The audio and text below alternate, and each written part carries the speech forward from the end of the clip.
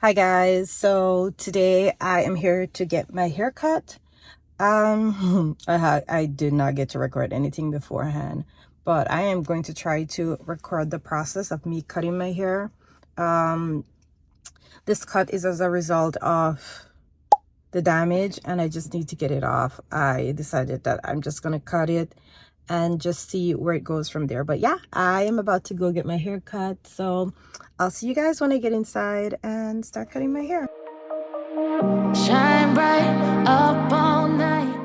I am going to be sharing in this video how I got to this point of having to big chop my hair. This is my hair before I started to go to see curly cut stylists that were trained by Cut It Kinky. My hair was nice and long, soft, and my curls were beautiful. My hair was very full and so much thicker with my prior routine of using deep conditioning treatments, leave-in conditioner, and gel stylers. Let's start at the beginning. So in April of 2023, I went to get my silk press, and that's where we first discovered there was a problem. We first thought the damage was exclusively because of the curly cuts, but boy, I am going to find out that it's not just the curly cuts, but it's the entire method that was damaging my hair. So I did the no oils, no butter method or routine, or it's also called the 30-day hair detox. So I did this method to the T. I was partnered with a stylist trained by their Cut It Kinky organization. I was using the recommended products that was recommended by my stylist. And this is what happened to my hair listening to professional stylists. This was my hair after my stylist finished silk pressing my hair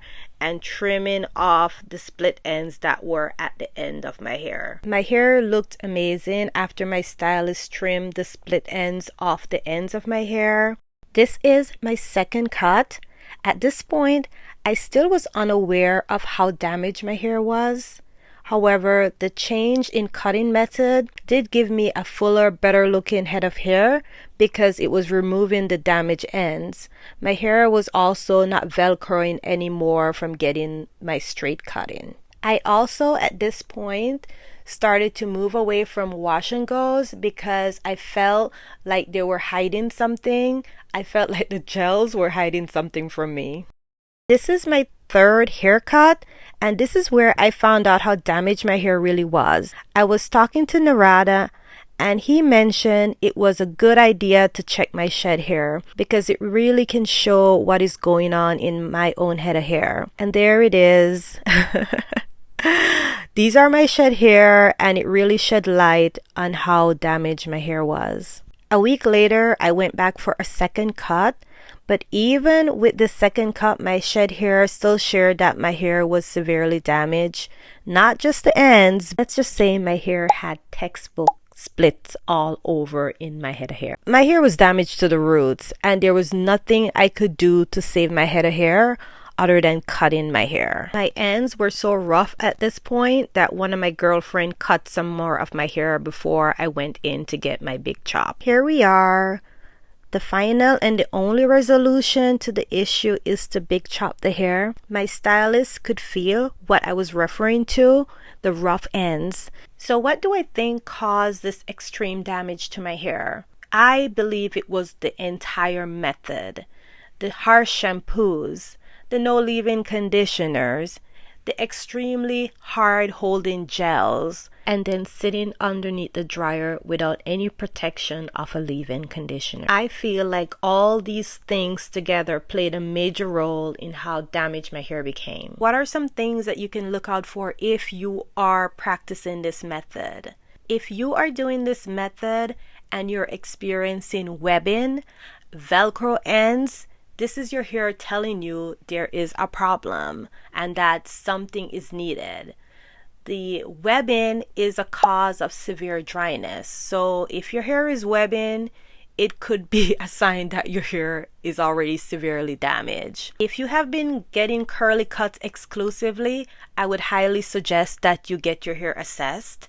You can also do an assessment of your hair by picking up your shed hair and looking to see if there's splits on those hair. Not everyone wants to big chop their hair. It's not a very nice thing to big chop your hair. It's not a very nice feeling. It's something you have to get used to. So if you are someone who do not want to big chop your hair, I highly suggest that you probably put some form of bond treatments on your hair if you find that you do have damage and you're just not feeling it to cut your hair off. The bond treatments are going to help you to maintain the integrity of the hair, but it's not going to fix the problem. The bond treatment is just basically putting a band-aid on the hair. That's basically what the bond treatment is going to be doing for you. I do highly suggest that you do look at the shampoos you're using and maybe find something milder than the recommended shampoos and start using those.